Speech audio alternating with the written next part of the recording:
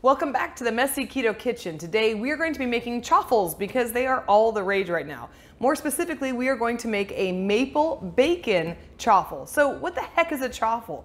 I kept seeing it popping up everywhere and it was driving me nuts. I'm like, is this some sort of super secret keto thing that I've never seen before? Nope. Turns out I've been making chaffles for the last year and a half, close to 2 years that I've been on keto. So it's not that magical and exciting, but it's super versatile, so I can see why people are getting really excited about it. So that being said, I'm just gonna jump right in. I'm gonna show you something that Dean and I eat at least once a week, sometimes twice a week. Every Friday night is waffle and bacon night in my house just because I get home so late, we're both hungry, this is what we eat. So this is a variation. I'm gonna show you that every chaffle, the base of it is gonna be eggs and cheese, and then you modify it, for what feels good, tastes good, whatever mood you're in. So we're gonna start with 2 ounces approximately of cream cheese, 2 eggs. I've got cinnamon here, a little bit of baking powder. We're gonna use about a teaspoon of baking powder.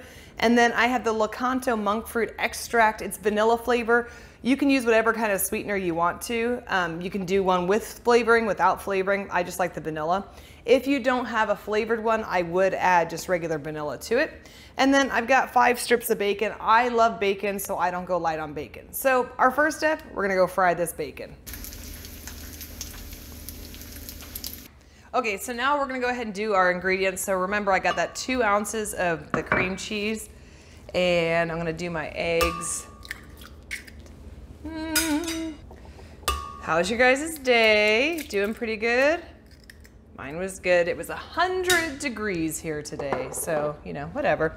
With the cinnamon, this is up to you completely. I usually just do a couple of sprinkles of it. It just depends on how you feel. It's about a half a teaspoon if you're measuring it out. And then we have our baking powder, about 1 teaspoon of that. And this just gives it a little bit more fluff to it, which we like. And then about 6 squirts of the monk fruit there. Again, if you like it a little less sweet, that's okay too, because in the end, this is going to have maple syrup on the top of it. So right there, that is the very, very basic layer of this. So we're gonna go ahead and blend it.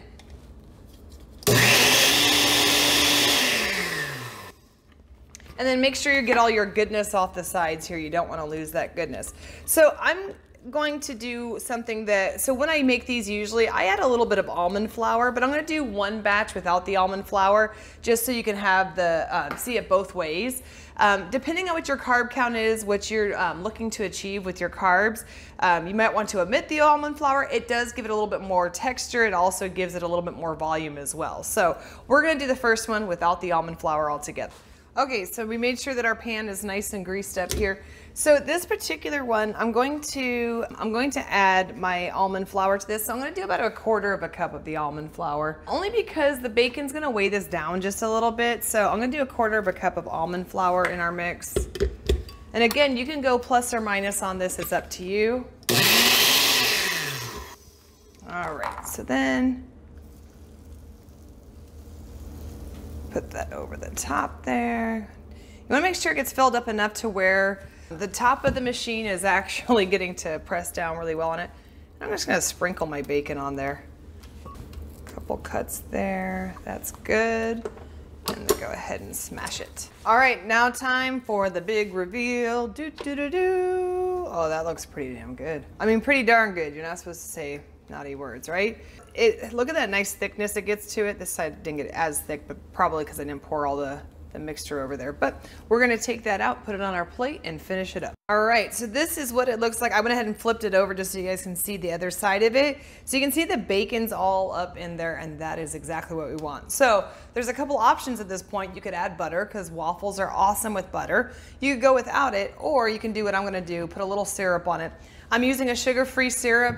This one has sucralose in it, which doesn't seem to affect me as much as it affects other people, but there's Lakanto monk fruit syrup that's also really, really good. There's a lot of choices. Or if you're a waffle purist, you could literally just eat it by itself. So I'm just gonna do a little of that. And to be extra fancy, of course, bacon is awesome. So I'm gonna sprinkle it just like that. All right, the most important part, how does it actually taste?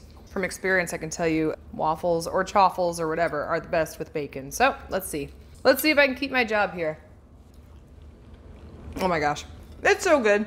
Not that I'm surprised because it's freaking awesome, but you guys gotta try this. What did that take me? All of 5 minutes to make. Super easy. You can make a lot of these ahead of time. Just make sure you double your recipe. You can freeze them, you can reheat them, you can do whatever. But there you go. One of the most basic chaffle recipes, or as I like to call them, keto waffles. I hope you've enjoyed this. I got 3 more videos coming at you after this for other different chaffle recipes that you might enjoy as well. Thanks for watching. Don't forget to subscribe, and I will see you in the next video. Bye, guys.